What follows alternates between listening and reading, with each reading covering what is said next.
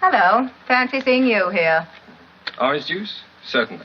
Don't tell me you've forsaken your beloved whiskey and whiskies. No. I just changed their color, that's all. I'm going for the pale pastel shades now. They're more becoming to me. How about you, Mr. Connor? You drink, don't you? Alcohol, I mean. Oh, a little. A little? And you a writer? I thought all writers drank to excess and beat their wives. You know, one time I think I secretly wanted to be a writer. Dexter, would you mind doing something for me? Anything, what? Get the heck out of here. Oh, my dear Red, I couldn't do that. That wouldn't be fair to you. You need me too much. Would you mind telling me just what it is you're hanging around for? Oh, no. Please don't go, Mr. Connor. Oh, no. Please don't go, Mr. Connor. As a writer, this ought to be right up your street. Don't miss a word. I never saw you looking better, Red. You're getting that fine, tawny look. Oh, we're going to talk about me, are we? Goody. It's astonishing what money can do for people. Don't you agree, Mr. Connor? Not too much, you know, just more than enough.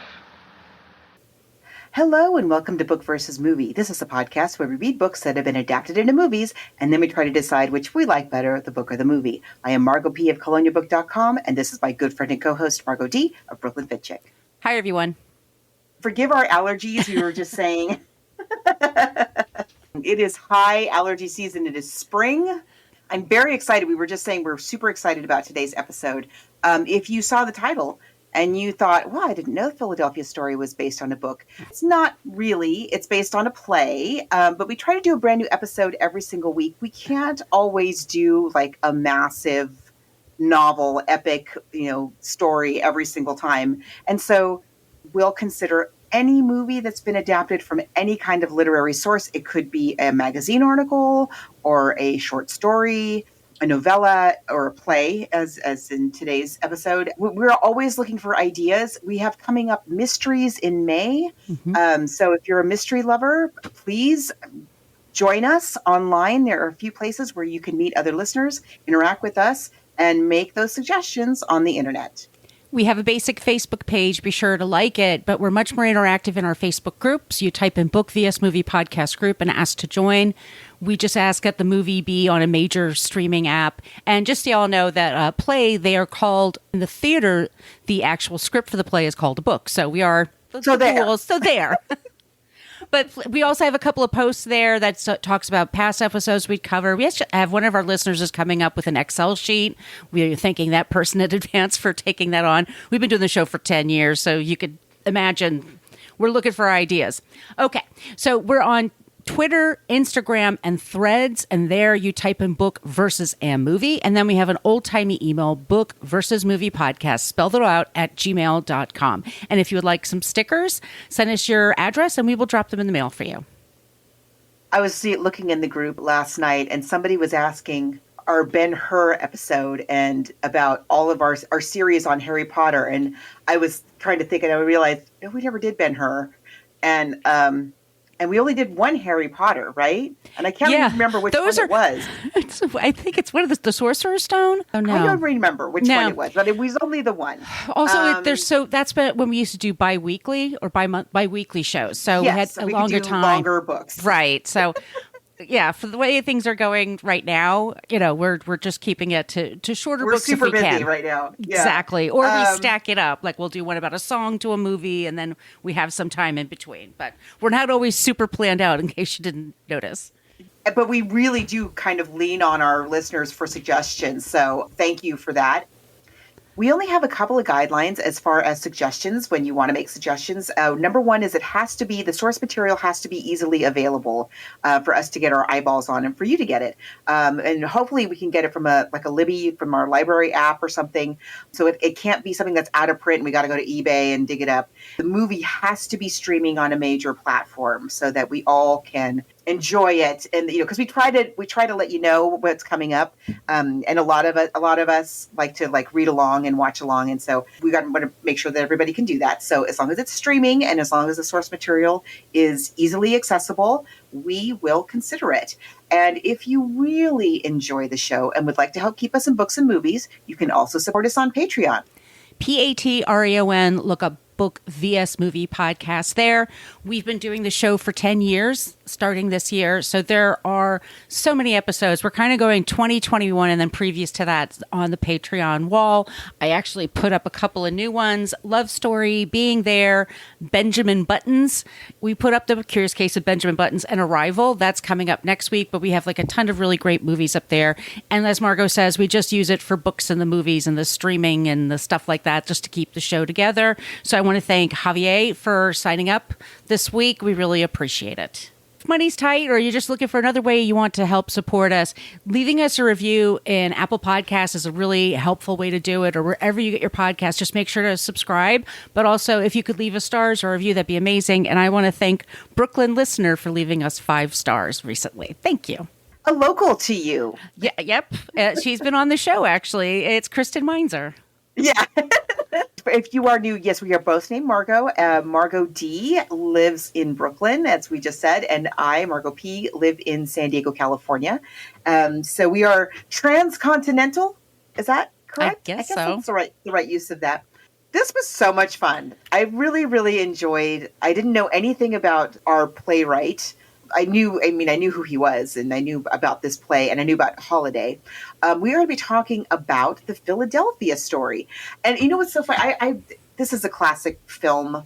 It is quintessential Katherine Hepburn, and we'll get into all of that in a minute. I was really not, I was surprised how, what do I want to say, progressive it kind of is, in terms of the gender norms and whatnot. Yeah, this is really, really interesting. We have a playwright that we the United States, lost at quite a young age. He was sort of just getting going when he passed away. And we are talking about, I want to make sure I get its 4 names, Philip Jerome Quinn Barry. Yes, and as you mentioned, he wrote Holiday, which was in 1928, and that I realized we need to cover that during the holidays at Christmas. We right? That's I know. One of my favorite movies. I know. It's Katherine Hepburn and Cary Grant. So he was born in Rochester, New York in 1896. And unfortunately passed away when he was 53. He's written a lot of plays. Some of them were more successful than others. He spent some time overseas. He had famous beefs with other writers. He hung out with also Fitzgerald and Zelda in Paris in the late 20s. He had a very interesting life, but his biggest successes, are Holiday, and then what we're talking about today, the Philadelphia Story. He was close friends with Katherine Hepburn. He had this in mind for her when he wrote this play. When he wrote this play also, he wanted to do this for her because she was considered box office poison, and he loved her work in Holiday.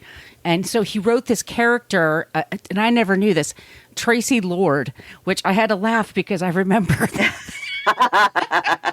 Yeah, right? Yeah, I was like, oh, okay, I get it now. Yeah, they were very good friends, and in lieu of pay, she took a certain percentage of the box office receipts. It wound up making $1 million in a year, which is a lot of money in 1939. That's an extra. And then her boyfriend was Howard Hughes. They dated on and off, and he bought the rights to this play for her because he's like, you need to make a movie out of this. And she stuck to her guns, and she went to MGM and said, I get to pick the director, I get to pick the screenwriter, and my co-stars, and that's that. Yeah. And as we said, she was labeled box office poison, and so is Marlene Dietrich, Joan Crawford. There's just like a certain time. And I don't understand. I don't get what that was. Like, was it just that their movies were flagging a little? I always think of Mommy Dearest, where she's in the rose garden, like box office poison. I was just pruning. I'm getting ready to plant my front yard in the rebuild. And so I bought all these roses. I'm putting a whole bunch of roses, and I was out there pruning them. They haven't been planted yet, but I still have to prune them and deadhead them and all that. And I was out there this morning like, box office poison. I'm not sure if any men are on that list. I mean, it would just be kind of. That's what I was wondering. The sexism. I only ever hear about the ladies about this list. We always hear the ladies on the list, and it was like, the 30s were rough for everybody. It's the Great Depression. We have the Hays Code, so that takes some of the fun out of movies. So there's all kinds of themes that are going on, and yes, there were some of them had just they were just not in films that did very well, but they were blamed for it. Anyway, she stars in this on Broadway. It's a huge hit. And so now we've brought it to the movie. And so basic idea of the story is very true to the film. It's just that there's a brother in the movie. His name is not Juniper, but it's Junius. And he's Sandy in the play. Like Alexander, yeah. Right. It's a few the main beats are the same. Similarly, this happens several times, and we've talked about a play that has been adapted into a film, like Bell, Book and Candle, and Children's Hour, where the play basically takes place on a single set, or a very limited number of quote unquote locations when you're watching it on stage versus in the film. And sometimes when a play gets adapted into a movie, the filmmakers, because it is now a new medium, they go a little overboard, like giving you new locations and characters and themes and blah, blah, blah, songs. And sometimes they stay super, like when we talked about fences. Yes. Sometimes they stay very close to the actual staging on a stage with just very minimal touches of that. But this is an fairly early adaptation in terms of, Broadway hit to film. And I was looking at the cast for the Broadway. I mean, first of all, Katherine Hepburn. Oh, and by the way, I just looked up the box office poison thing. Totally sexist. It was a Hollywood Reporter in 1938. The headline is "Wake Up, Hollywood Producers." And it is about stars who they are saying whose box office draw is nil. They want other stars who can really pull in, better box office. And the stars they recommend are Myrna Loy, Gary Cooper, and Sonja Henie. Just to put it in perspective for you, these are the women and it's only women. These are the women on the box office poison list. Oh no, I'm sorry. There's one man. There is Mae West. Mm-hmm. How dare you? Edward Arnold, who was Green Acres? No, not Eddie Arnold. Uh-oh. Edward Arnold was I think of him more as like a character actor. I think of him playing, he was kind of heavy set. Diamond Jim, that's the one. He played, so you get Diamond Lil and Diamond Jim. Garbo. How dare you? Joan Crawford and Katherine Hepburn. That's the list. Only fantastic actors, by the way. I mean, brilliant supernova talents. Anyway, cast of the play is, again, Katherine Hepburn. Is again written for her. Katherine Hepburn is Tracy Lord. Takes advantage of every single strength of a young Katherine Hepburn is on display here. The men, George Kittredge, who is the man she's engaged to at the beginning of the play, spoiler alert, is played by a character actor named Frank Fenton Moran. Newspaper reporter, who's played by Jimmy Stewart in the film, is played by Van Heflin on the Broadway stage. Again, no slouch, very good looking. And then my favorite in the Cary Grant role is Joseph Cotton. I love Joseph Cotton so much. He's so underrated. Absolutely. And they must have had wonderful chemistry. I would have loved to have seen that. Yeah, it just takes place in one day. And, the way, also you have to think of what kind of technology was available at the time for theater. You and I have both been to plays where they move the set around and stuff like that, but that requires a lot of work. That's a later technology. Right. I mean, it would just, and if it breaks down, what do you do? So a lot of times classic storytelling is just, takes place one day or just in one setting and you move some things around. Yeah. Also, what was kind of he wrote about hoity-toity people, and this is during the Depression. Very fun. So some people were like, ooh, why are we writing about the Upper Merion folks in Philadelphia but it turns out a lot of people just wanted to go to the movies just to escape, for 10 cents, you could go in there and see Top Hat and things like that. Yeah. Right. And what I like, oh, sorry, go ahead. I was just going to say in 1939, there were some wonderful, amazing movies that we've talked about, several times in the past. So Hollywood is coming back and that these pictures are getting better, but this is also just before the war. So this is true. Just before Jimmy Stewart's going to be gone. And we should say that Cary Grant supposedly gave his salary for the war effort in Britain, for the recovery effort there. So there's so much going on here. There's a lot. And one of the things that I think is really cool about this, I'm trying to think, we just recently talked about a piece where, oh, maybe it was the women. I don't remember exactly what it was, but that we talked recently about a similar era and a similar thing where it's all hoity-toity people. You know, again, it's like the kind of voyeuristic guilty pleasure of watching their foibles. But what's different about the Philadelphia story is you do have that to a degree, but you also have this character of characters of the two reporters who are being sent. And the two reporters are sort of the stand-in for the audience. And they're the ones who are like, can you believe, look at these wedding gifts. Like, what is this? Who is this person? And, you know, she just clearly doesn't even love this guy. Like, it's clearly just he's marrying her for political gain and she's marrying him because she has to be married to somebody. And you know, it seems like a good social move. So they have really fun dialogue throughout. Interestingly, we open with a main character, devastatingly beautiful, charming, smart, who is divorced. A divorcee. And nobody's scandalized by that too much. Like when we talked about the women, where you have, you know, and refresher, if you've never seen the women and you're just joining us for this, the plot line of the women is that the main character, Mary, learns that her husband, who we never even see, her husband is having an affair with a shop girl named April, played by Joan Crawford, box office poison. She's trying to decide, she decides ultimately to get a divorce, but her whole circle and her mother and everybody's like, you can't get a divorce. You can't be a divorcee. Oh, you know, the scandal. Yes. And then at the end, they remarry, saving her from the shame and scandal of being a divorcee. And here is, you know, very shortly after the women is this where she's divorced. People still like her ex-husband.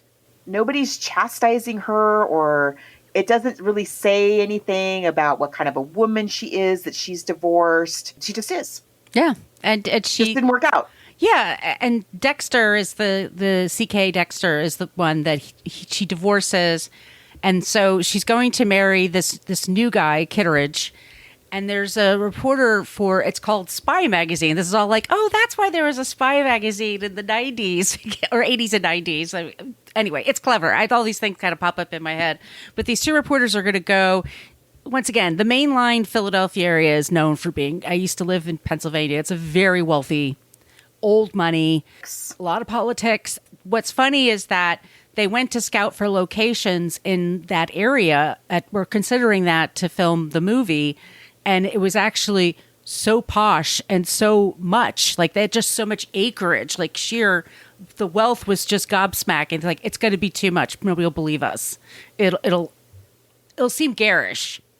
Yeah. And I mean, I commend them for that because that's really true. It really would have seemed that way. I can't think of an example from the time of that where they went and shot, maybe like, I mean, this is a little bit later, I guess, but maybe like Citizen Kane, you know, where it is meant to be garish. Yeah. I was thinking of like the show Dallas, with this very ostentatious display of a home and a farm and all this land. Like, for 1940, people didn't have that much. They didn't have, their homes were much smaller. Everybody lived smaller. It just would have cost too much to heat, and nobody had air conditioning. So it was just like, it just was a different way to live. And so, and that's part of the fun of this too. That's like what the fun of the holiday is, that, well, we'll talk about that when we talk about holiday. But here, they're very wealthy, good-looking people. They have enough time to just sit around and have pate and champagne when they feel like it. There's a precocious girl named Diana, but everybody, her sister calls her Dinah. The dad is in New York, and he's having a fling with a showgirl. Tracy's really angry at him for that. She's getting married to this new guy. And then these two reporters are going to show up, and they're there to like take pictures and look at these ridiculous people. Look what they do with their money. They're not happier than you. They're just completely ridiculous. That's kind of the tone that they're going in with. They go in, they meet the family, play being the play. Everyone starts to fall in love with Tracy because Tracy's awesome. Tracy is funny and sharp beautiful, always knows what to do. Oh, but she's also, we've realized she's a lot of insecurity. She puts up a front because she doesn't want to get hurt. And that's a big, she sees her mother with her dad cheating on her, and she doesn't want that life. She wants, she wants real love and somebody who really loves her for her, not because she's got this bank account and this access to famous people. She's a little more earthy than that. Yeah. And this show, this play and movie has one of the great kid sister characters of all time. She's funny and smart, but she's never coy. It's never annoying. It's never like, oh, kids don't talk like that. It's like the Goodbye Girl, Quinn Cummings. Like that part could be so annoying, and she's not, because you could tell she's super smart and funny. And that's the same with this character. And because she also, like, she really liked Dexter, and she doesn't know why they broke up, but she respects her sister's choices. But yeah, like all the women in the house, they just are kind of looking for someone to really love them and really respect them. And and it's very sweet. I mean, it's a nice message. It's great writing. It's very, very funny. I can see why people, I can't imagine watching Katherine Hepburn on stage what that must have felt like. In any of her famous stage performances, I know it must have been just electric. I'm sure. I just shake my head. She's so great in this role, in this movie. It's her. It's all of her best things, all in one character. It's amazing. It's funny. It's fast. There's patter. There's physical stuff. She's the swimming and all this, and so the movie. She's had her little hands on everything to do with this film. Do we want to play is it time for the trailer? Yes. It's a little bit long, but it's a longer trailer. But we'll take a quick break, and then we will play the trailer.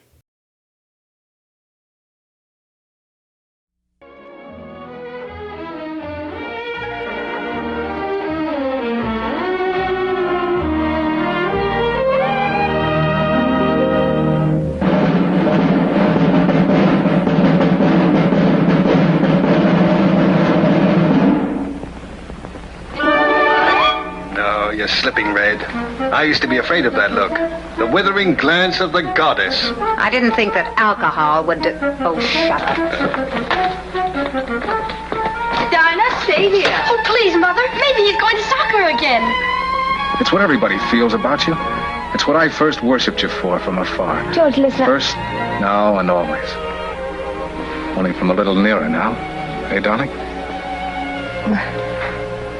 I don't want to be worshipped. I want to be loved.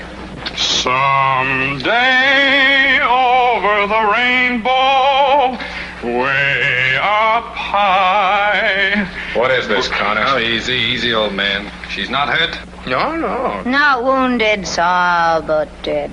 Seems the minute she hit the water, the wine hit her. Now, look here, Connor. A likely story, Connor. Hello, Dexter. Hello, George.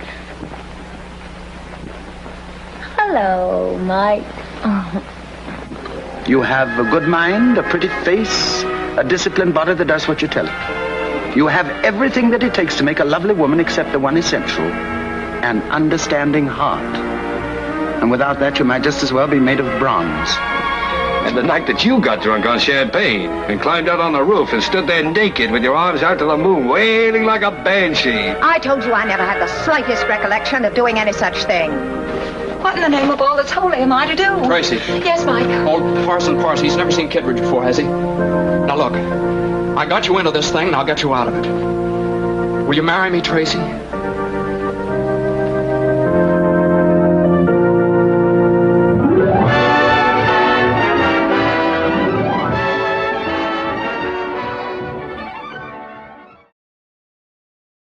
Our director is George Cukor, who was... Yeah, that's all. Just George Cukor. Who she adored. And he well, why not? Yeah, exactly. It was a love affair for them. Like, he was a gay man. But, I mean, they truly, like, had a lot of respect for one another. He was amazing with with his female characters and just really directed female roles so differently from everybody else during his career. He directed Holiday. Yes. And The Women is going to come up a lot. He also had directed The Women. Oh, My Fair Lady. Let's see, what else have we got here? Little Women, the 1933 one. Yeah. Listen. It's no George slouch. Cukor. No. The screenwriter is Donald Ogden Stewart. I think he does a fantastic job because he truly makes it for the film. He takes the basic idea and a lot of the great lines in there, but you take out one character, you put in something else. Yeah. And it's and I can also say, I'm not sure, the cinematography is Joseph Ruddenberg. She looks so beautiful. She's she's lit glowing so well. I mean, it's astonishing. We're just going to probably just, cavell. Just be gushing. You're right. Seriously. But we'll just keep going and talking about who else is involved in this. So, yes, Donald Ogden Stewart, he worked with Cukor quite a bit. Joseph Mankiewicz produced He's also it. one of those, I mean, these are heavy hitters here. Yeah. And then, of course, our cast. So we have Cary Grant, and I say this, Cary Grant is funnier than Jim Carrey by a country mile. Cary Grant can walk through a door and I'm cracking up. And Gary Cooper really wanted this part, and I was like, no, sir, you could not play this. Yeah, sorry. You're not funny. Katherine Hepburn, Tracy Lords, James Stewart, Jimmy Stewart, Macaulay, Mike Connor, Ruth Hussey as Liz Embry. She's beautiful. She's so pretty, and and it's not an easy role. Hers is not the easiest role. Also a divorcee she's playing. She's also playing a divorcee. She's also a cast member from The Women. She's got sort of a thing for Jimmy Stewart, but she's a female photojournalist before the war. That's not easy. She reminds me a little bit of the secretary character in Mr. Smith Goes to Washington, which was right before this. I think Jimmy Stewart made that right before this. And she's absolutely terrific. She takes what could be a very charm-free kind of character or a very doormatty kind of character and gives her a real, sense of dimension. And she's got a past, but she's very talented, and she is respected for being a photographer. And really interesting character, and she does it so well, and she's absolutely beautiful. We've got John Howard as George Kittredge, erstwhile fiance. Then we've got this Uncle Willie. We've got the dad and the uncle and the mom, Virginia Wheeler. Again, the little sister character in this play and movie is such a great character. So much fun stuff that she gets to do. And we've got Virginia Wheeler, who is just knocking it out of the park. I fully believe that she is this child. Again, she is the little girl from The Women. That's true. And she also passed away young. She was 47 when she died. Yeah. But she does this whole thing where you start this movie, by the way, and Katherine Hepburn's in these gorgeous pantsuits. And that was the first thing that MGM wanted to get rid of. They're like, no. You wear dresses. Box office poison. Yes. And she's like, hell no, I'm going to be wearing pants. Thank you. And she and the little girl are dressed like that. And then when the men come over, she's like, oh, they have to get dressed up. Virginia, as Dinah, first starts talking French to them. And then, oh my gosh, she's such the little show-off little sister, right? So she comes in on pointy ballet slippers on toe. Which is hard. French, which is very difficult. Then speaking French, which is difficult. Yeah. And then and I don't know if she could play the piano, but she's singing The Tattooed Lady. She's performing it better than I've ever seen it performed, and I'm including Groucho Marx. Oh, boy, just ask me. Well, tell 4 footmen to call me in time for lunch, will you?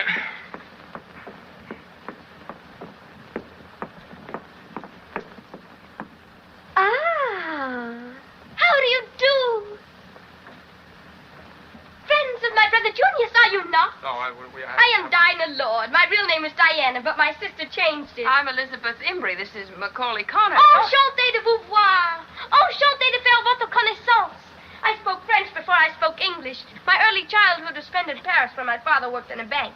The house of Morgan. Really? C'est vrai, absolument.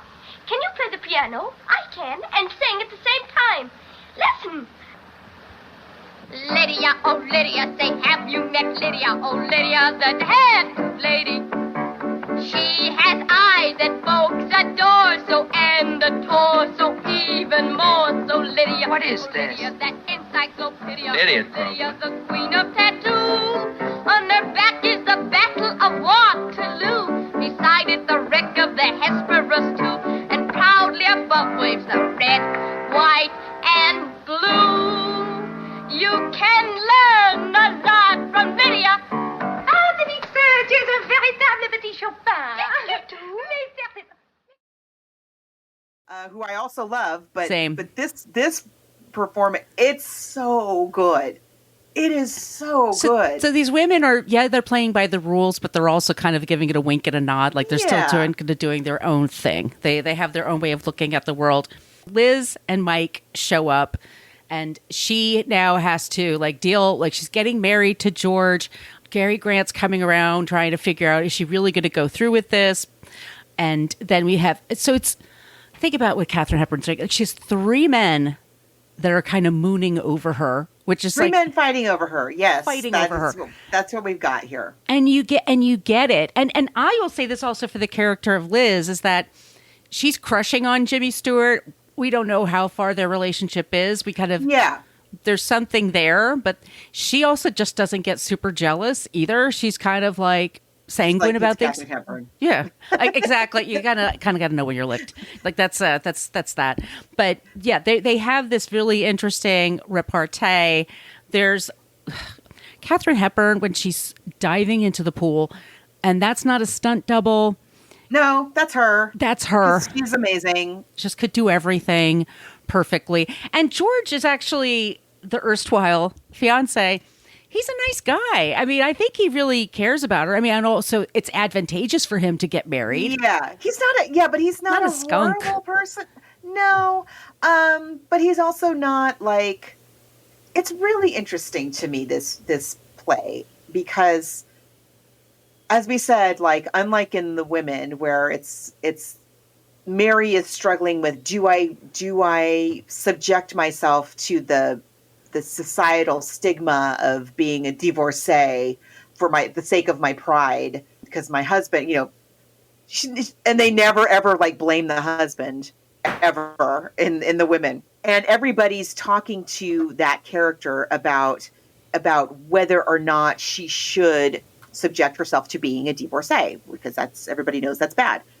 In this play, the mom and the daughter, and we have a mother, the main character has a mother and a daughter who are advising her, and they are supportive of her, but they also really like her ex-husband, and not because they think their sister has to be married and a woman has to be married, but because we liked him. Yeah. We kind of thought he was good for you.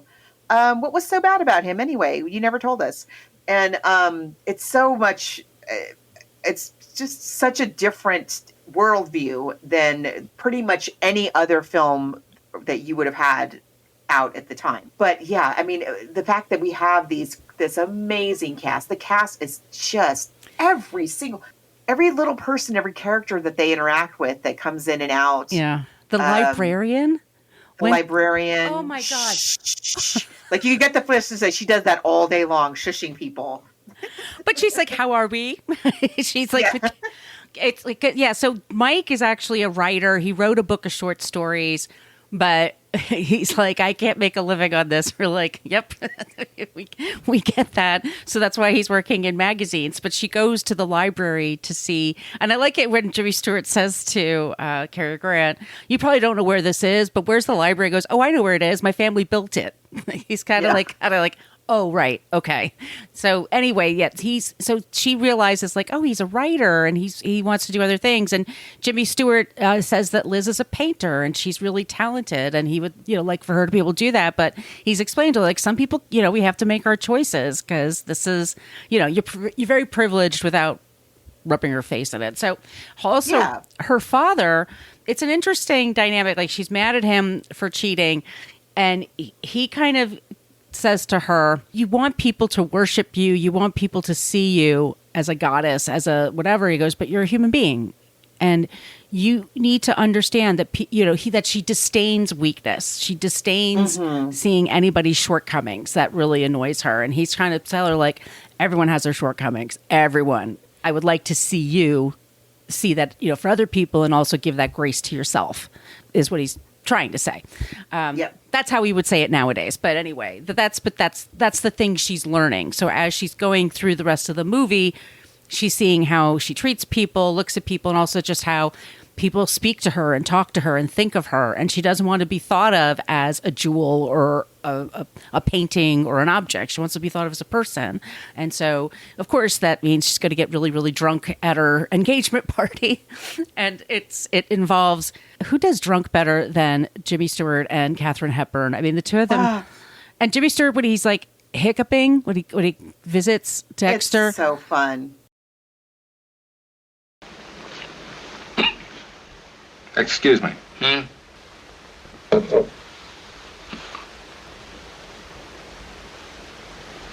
What's this?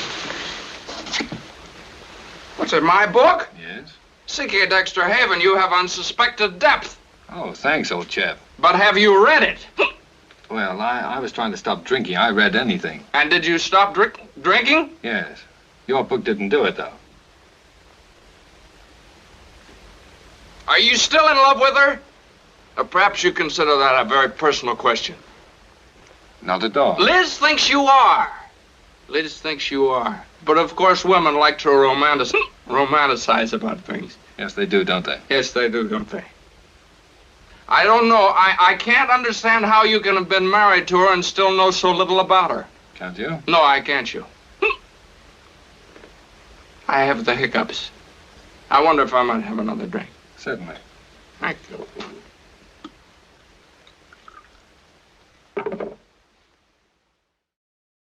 It's so much fun. It's like there's just a lot of interaction, and in a cheaper movie they'd hate each other or there'd be and it's not like, it's just people talking to one another and getting to know each other and being open with each other and being vulnerable with each other, and it's just nice and refreshing, and it's so clever. This dialogue is, it's really great dialogue.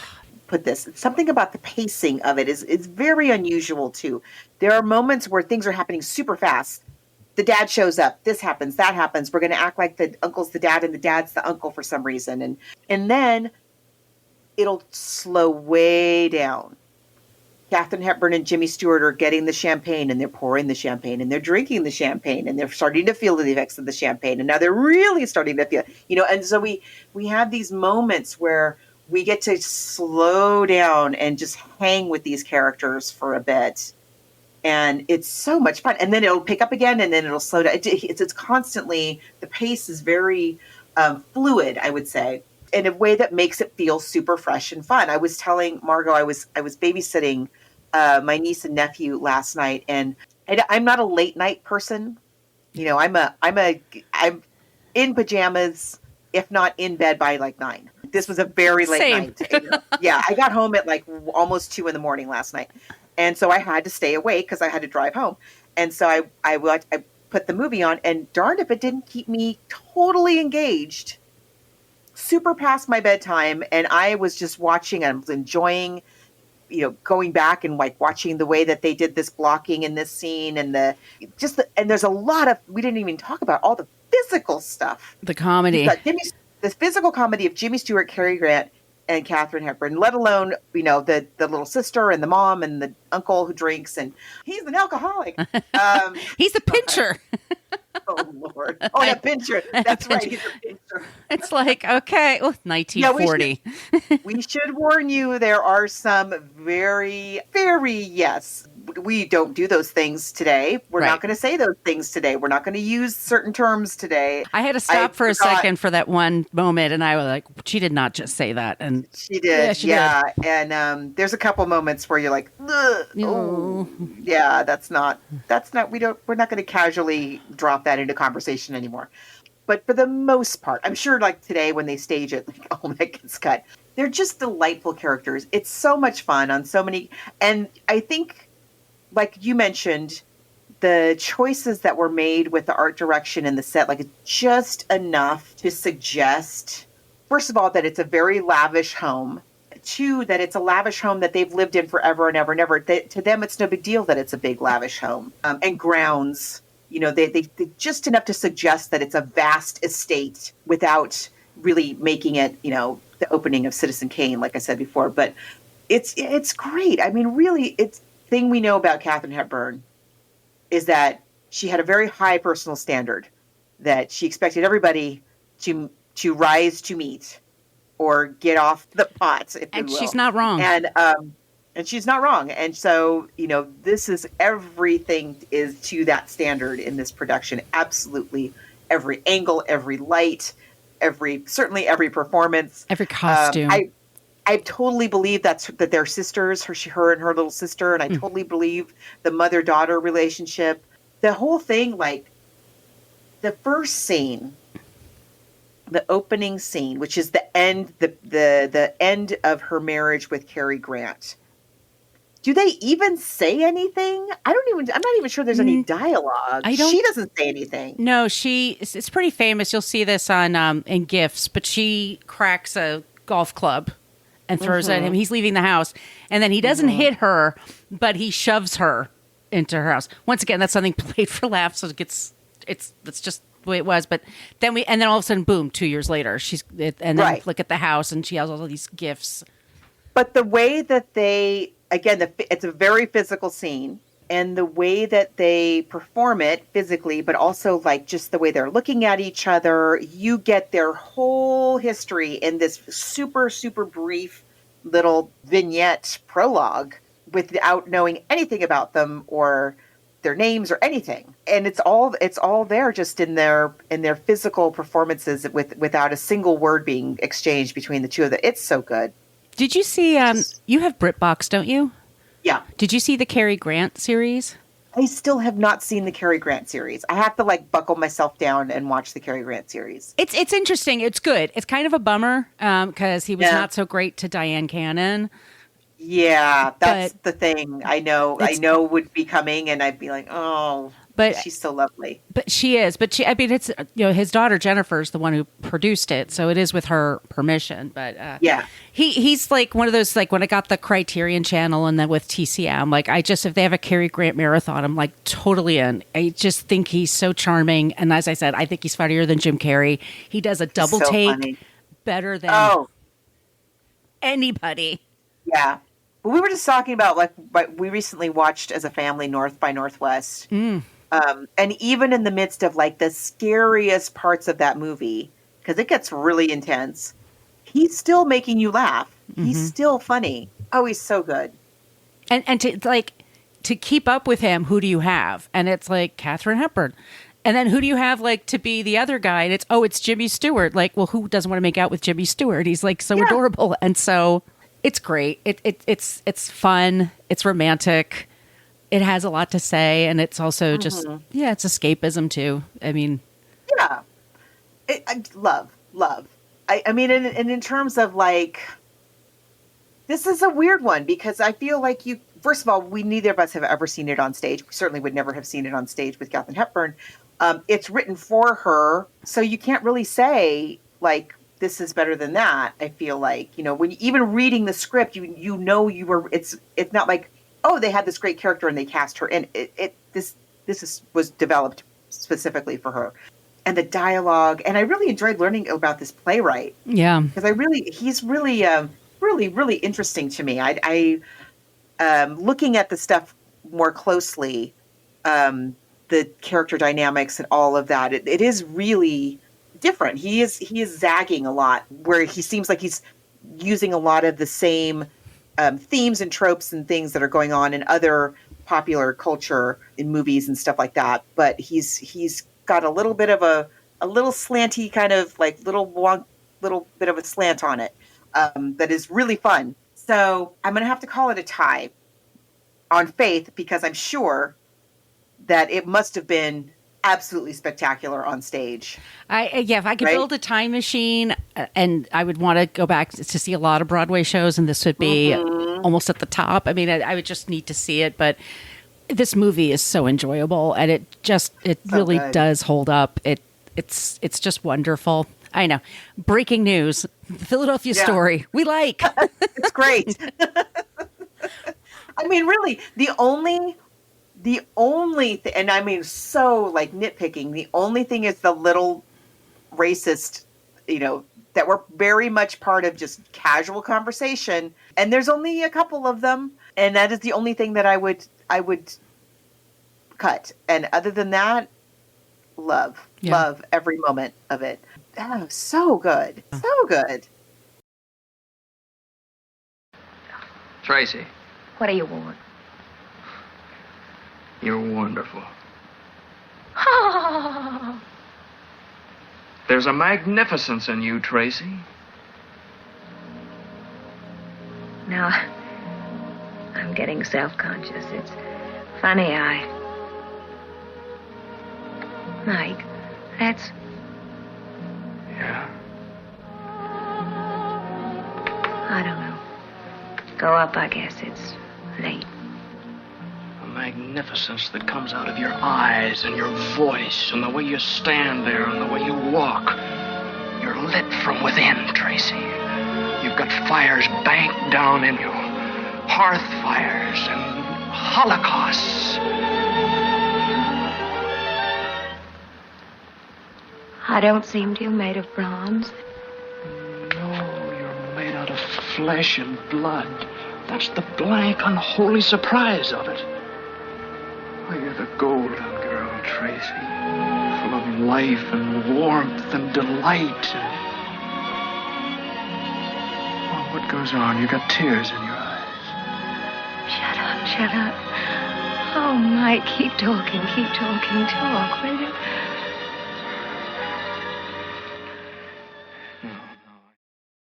Man, she should have gotten to choose more movies, I feel. She should have gotten to produce more. Yeah, that's true. She was amazing. And Really? they're all amazing. I mean, seriously. I always think of that remember that clip when she was in the 70s when Barbara Walters was interviewing her? What kind of tree would you be? No. Oh, yeah. Oh, God. Barbara Walters sometimes, man. Ugh. But no, Barbara Walters is asking her about why she always wears pants. And she was like, it's a stupid question. She asked it's a lot of stupid questions. Sorry, but she did. And Katherine Hepburn was very patient about it. And I just think she said like, oh, I like pants. And then Barbara Walters like doesn't get the hint and presses further like, would you ever wear a skirt? Would you, Katherine Hepburn? I'm going to use my airtime to ask you if you'd ever wear a skirt. And Katherine Hepburn says, well, I have one. I'll wear it to your funeral. Yeah. Come on. Barbara she loved to ask other famous women really tough questions, but not men. Seriously. Really. There's For real. On my other show, we were talking about Desperate Housewives, and Marcia Cross, the first season she was on the show, you hear this, Margos, she was 40 years old and unmarried. And they were like, well, what's going on there? And she actually, after Melrose Place, she went to college, went to Antioch College. She got her master's in psychology. She was becoming a psychologist, and then she gets this part. So The View is on, the cast is on The View, and Barbara Walters looks at her live television. She goes, I hear there's a lot of talk about your love life or lack of love life. What's going on there? Marcia Cross says, I know people have rumors. She goes, I'm not gay. I'm just but I'm okay with it. Like, I'm a total ally. And then Joy Behar also said, you say you're not a lesbian. She's like, no, it's like in the 2000s, y'all. You're not helping. Yes. It's so often I watch a Barbara interview and I'm like, Barbara, you're not helping. Dolly Parton, the one where she talks to Dolly Parton and scolds her for her opinion. I could watch that one all day. for her appearance, excuse me, like, but the way Dolly dresses, and just... Anyway, this is not a Barbara Walters show. No. I'm just saying that Katherine Hepburn should have gotten more opportunities to help us have more movies that we would really enjoy. But men don't like bossy women, and especially back then. And she was not one to just go along to get along. Like, that's why she was an iconoclast. That's why she's Katherine Hepburn. But I mean, look at her, box office poison, and she's like, you know what? Yeah. I'm going to choose every single frame of this movie. How about that? Box office poison. And it's going to make Jimmy Stewart make all kinds of money. It made so much money. Jimmy Stewart got the Academy Award, right? Yes, and they thought it was going to go to Henry Fonda for Grapes of Wrath. And this is back before it was just, we will talk about it one day. But this is back before they had an accounting firm. So they would tell the actors ahead of time, like they found out sometimes that day. And so his publicist basically said, you should put on a suit and tie and go to this thing. And he was embarrassed because he thought his friend Henry Fonda deserved it. But he felt it was because the previous year he lost and he was in Mr. Smith Goes to Washington, which is a movie we talked about. Yeah. Yes. Yeah. But not that it's not it's a great performance. It's a super good performance. When he's singing Somewhere Over the Rainbow, I mean, come on. He's carrying her and he's singing that. I mean, we should say the screenwriter did get an Oscar. There were 6 nominations, but it got for adapted screenplay and it got for him for his performance. That's a great adaptation. I think that just perfect choices. Miss Hepburn, perfect. So there. Hollywood Reporter. Yeah. I think it was like the Independent Theater Owners Association or something, but the Hollywood Reporter published it. You know what I mean? They're in cahoots, basically. Yes, yeah. Now, let's talk about what we're going to do next. Well, it's springtime, and once again, we do need your suggestions for mysteries in March. I think also mysteries in May, but also thrillers I think could be under that category. Let us know with your suggestions. Next week, because I hear the sports ball season is starting again. I used to follow sports much more closely, but it's baseball season. Have. Yes, I used to. I used to be a sports nut. Now, anyway, we're going to cover The Natural, and it's Bernard Malamud, and it stars Robert Redford. Oh, yes. I think I have read this book. I don't know that I've ever seen the movie, but I have read the book. I remember now. Yes, thank you for reminding me that it's Bernard Malamud. Yeah, and it's available for me anyway. It's on the Libby app, the audiobook and the book itself. The movie is streaming just about everywhere for rent, so we thought it's a good time to do it. It's not a long read. Baseball season, Robert Redford. We're all good with that. So that's the next episode. But please be sure to send us your suggestions. All those places I mentioned at the top of the show. Once again, our email is bookversusmoviepodcast@gmail.com. And Margot, where can they find you? You can find me online at coloniabook.com, and all my social media callouts are at She's Nacho Mama. And where can they find you? You could find me at Brooklyn Fit Chick. That's my site, and that's where I am for Threads and Instagram. And then I'm at Brooklyn Margot for TikTok, where I have some clips there of the Philadelphia story, and Twitter. That's where I am as well for the time being.